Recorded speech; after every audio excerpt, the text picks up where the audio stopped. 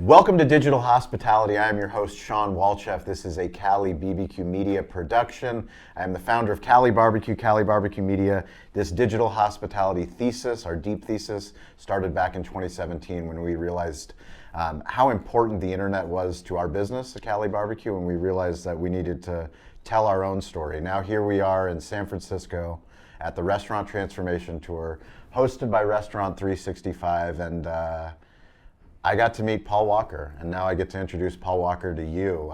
Paul Walker is the president of Walker Restaurants. He is the franchisee of the Village Inn restaurants, 40 locations. This is the magic of digital hospitality, is now I get to share his story with you, and you, the audience. We say stay curious, get involved, ask for help. Those are the things my grandfather taught me, but that's why events like this matter. Because we don't have all the answers. And when I get to hear your story and you get to share it with the audience, maybe we all can learn something along the way. So Paul, welcome to the show. Thank you for having me. So tell us the Village Inn story. How did you get to 1,500 employees? Yeah. 1,500 employees. Tell us how it all went down. So family business. My grandfather started a Village Inn down in Tampa, Florida. Been going there ever since we were a kid. He bait us. He'd come down. Hey, you want to go swimming, boating, swimming, fishing? Smart grandfather. We're like, yeah. We come down. Day one, we went boating, swimming, fishing. Day two through the next 6 weeks. Here's your bow tie. We're going to work. That's my kind of grandfather. That's it. So we worked in. We were very familiar with the restaurants, and as my brothers and I got older, we got involved. And 2007, I eventually took over. My brother and I took over. And we had, at that time we had, let me see, I think 7 restaurants. We built it up to 2019 is probably where we'll start off. We up to 11. We just bought 4 restaurants in Arkansas in November of 2019. Our franchisor went bankruptcy in January. Pandemic hits 2020, we shut down, and we're just thinking the worst. We're bankrupt. We're done. So yeah, shut everything down. PPP, get things going, get our mojo back. Corporate, they had 120 restaurants. They closed 60, and then they came to us and said, "Hey, we got 31 stores. We're either going to shut it down. We can either shut it down, or we can give you a really good deal on it." They gave us a really good deal. Jimmy and I looked at each other and we said, "Listen, if they shut down those restaurants, we're done as a brand." And yeah. We've been around since my grandfather started in 1961. Wow. The franchise has been since 1958 out of Denver.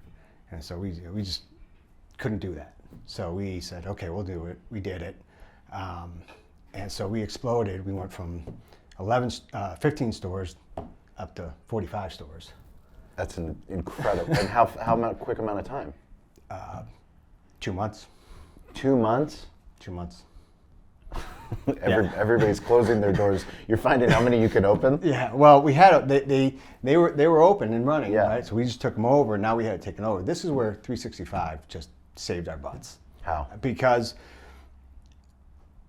we were able to capture the information, capture all the accounting, and they were so efficient. It's so efficient that we're able to. Like I always said, listen, focus on the operations. We can make the beans, we can count the beans later, right? Yeah. And that's the cool thing about 365. And that's basically what we did. And we, as the data was all there, all we had to do is go back and just parse it out, figure out, what went where, and we were able to do it now. As so you were talking about what was your grandfather's saying? Stay curious, get involved, ask for help. Okay. We have a saying, we got to figure it out. Yeah. That's why I said you just got to figure it out, and that's kind of what we did. We just figured it out. And do we make mistakes? Absolutely. I made a lot of mistakes, but we just figured we just keep getting better every day. Just keep getting better, and right now we're finally getting to a place where we're starting to grow. Amazing. So, what kind of lessons did you learn with that rapid growth? Don't try and be perfect. But I also think relationships. One thing I had a great mentor, a guy, Kurt Roberts. He was my boss when I came into the business. He took me on his wing. He said, "You're going to do every job and I have done every job in the company. And he said the number one rule in business, it's all about relationships. And he was so spot on correct. Yeah. Whether it's with your employees, your customers, your vendors, your bankers, it's all about relationships. And that's really, I think, how we're able to grow is because of the relationships we built. We're not fake. We don't allow that kind of crap. We're just try and be real, be authentic. And I think a lot of people appreciated that from Jimmy and I. For me, it's really exciting. That's why we do this show is the rapid growth of change. How much the internet has made an impact on our own business. Opening in 2008 in the recession, everyone said, "You're crazy, Shawn, for opening up a restaurant. Why are you doing it?" And then I picked a terrible location. And then I picked a very difficult product category, being in barbecue on the West Coast. So it was like all of the cards stacked against us. Yet it was our belief in the internet that the internet allowed us to grow our business, to do a bunch of things that, frankly, a lot of other businesses weren't doing, but then they helped us establish partnerships with technology partners, people that understand. And one of the things that we say on the show all the time is that humans are the heart of technology. Like, you can have great tech, but there has to be leaders behind that technology. Absolutely. And when I hear, Tony Smith speak and Morgan Harris, when I see them here running these events, like, they have a passion for helping restaurant owners, whether you're small like us, big like you, or anything in between. They're out there saying, how can we help? How can we make this so that you don't have to count the beans? Right, absolutely. Because, frankly, that's the unsexy part. Doing the inventory, doing the payroll, that is hard to make accounting sexy, right. But you can't run a profitable business if you don't address it. Absolutely. So when you're looking for those tech partners, what are the key things that you look for? Efficiencies. Obviously, you take your customer, but will my folks be able to grasp it?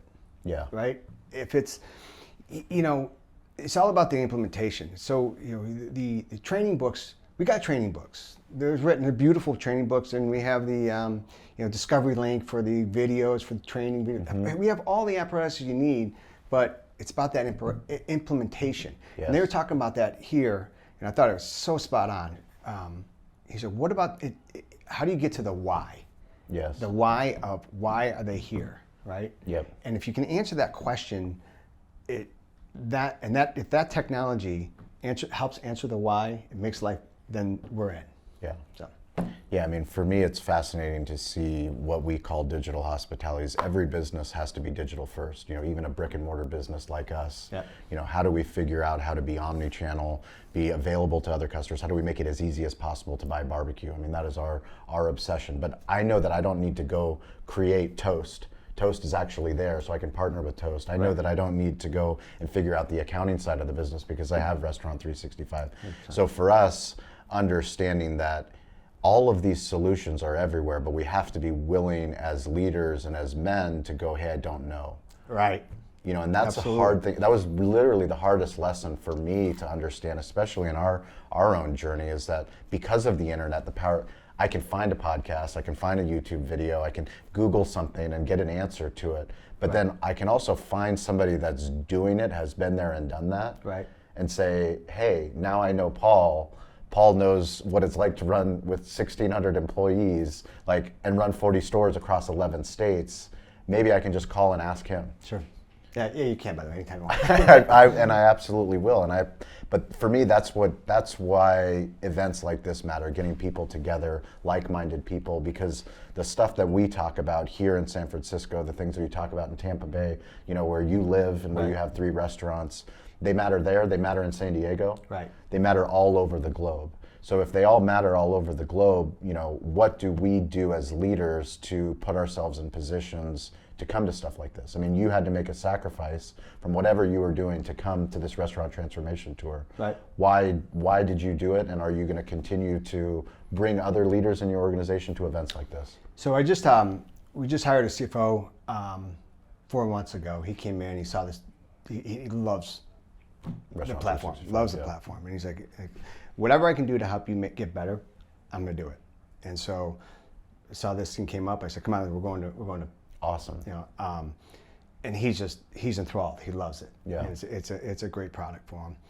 To your point earlier, I don't know a whole lot about social media. Yeah. Right. So we outsourced. We had a marketing group, MK Advertising, and I knew they knew what they're talking about, Yep. and they did a great job for us. And they That's just awesome. it was and they were wonderful. As a matter of fact, we shared it with our franchisor, who has adopted some of their techniques. So, and a lot of it was really just people being able to work together. And I knew coming to these events, I've had this before, that networking is so, it's about getting face to face, Yeah. you know? We've gotten away from that. You know, the country's kind of starting to rebuild, you know, and there just needs to be a lot of, I think there needs to be a lot of grace and mercy with, I went to imright.com and I'm blah, blah, blah. It's like, stop. Yeah. And just come in here and just, let's improve ourselves. Let's improve ourselves in this industry. You know, hey, I'm having a problem.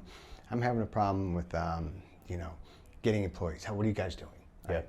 What are you doing to get, how about, But isn't it crazy? It takes the vulnerability of saying, like, my mentor teaches me the truth vibrates the fastest. And anytime somebody goes, oh, hey, Paul, how's it going? And you can go, it's going great. I got 40 restaurants. But that doesn't get you anywhere. Right. When you're open and honest with a small operator and a big operator, Right. with our problems that we're doing, 100%. it's like, oh shit, I need to listen. Oh, you just solved that problem? What did you use to do it? Right. How did you do it? What did you do? And then all of a sudden now we're all learning. Absolutely. And it's that face-to-face relationship, building Yeah. that relationship. And that's what I really like about these guys. I think from the founders, all the way through their organization, it's just, hey, I'm here what can I do to help? Yeah. Right? And it's cool. What gets you excited every day when you wake up? Ooh, that's a good question. I don't know.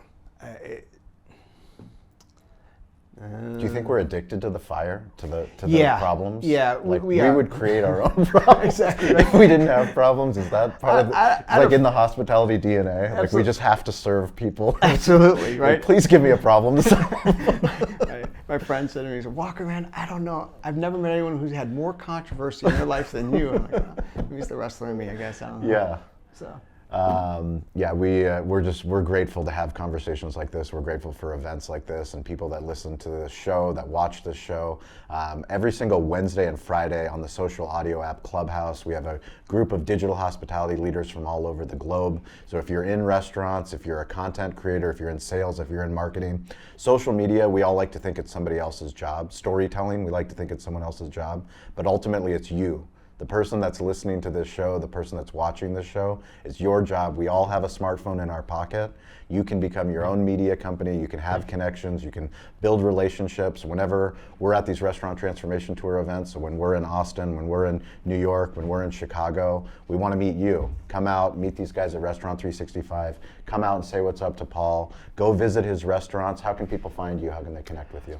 I'm on VI Eats, VillageandEats.com.